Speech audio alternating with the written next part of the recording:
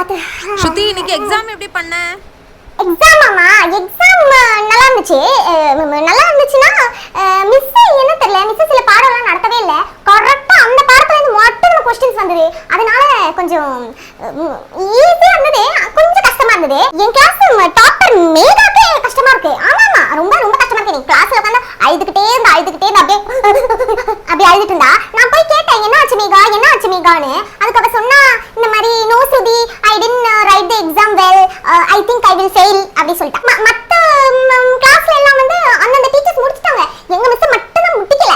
அதனால தான் இவ்ளோ பிரச்சனை. ஒரு மொத்த கிளாஸே அழுதுனா பாத்துக்கோங்க. பொட்டு வைக்கலையாமா? பொட்டு வைக்கலன்னு நினைக்கிறேன். அதுவே ஏதோ மிஸ் பொட்டு வச்சலாமா, நீங்க அழகே போய் பொட்டு வச்சு வாங்கம்மா, இதெல்லாம் மறக்க கூடாது. அது மட்டும் இல்லாம மிஸ் இப்ப எக்ஸாம் முடிஞ்சிருச்சு அப்படின்னு சொல்லிட்டு மிஸ் ஏதோ லாங் ட்ரிப் எங்கே போறாங்களா, அதனால பேப்பர் கரெக்ஷன் பண்ணி வரதுக்கு லேட் ஆகும்னு நினைக்கிறேன். ஷில்பா நல்லா பண்ணிட்டா. ஷில்பா நல்லா பண்ணிட்டா. மேகா தான் கொஞ்சம் மீன்ஸ் மேகா நல்லா தான் பண்ணிருப்பா. ஷில்பா நல்லா பண்ணா. அதெல்லாம் இருக்கட்டுமா. என்ன சாப்பாடு? சாம்பாரா?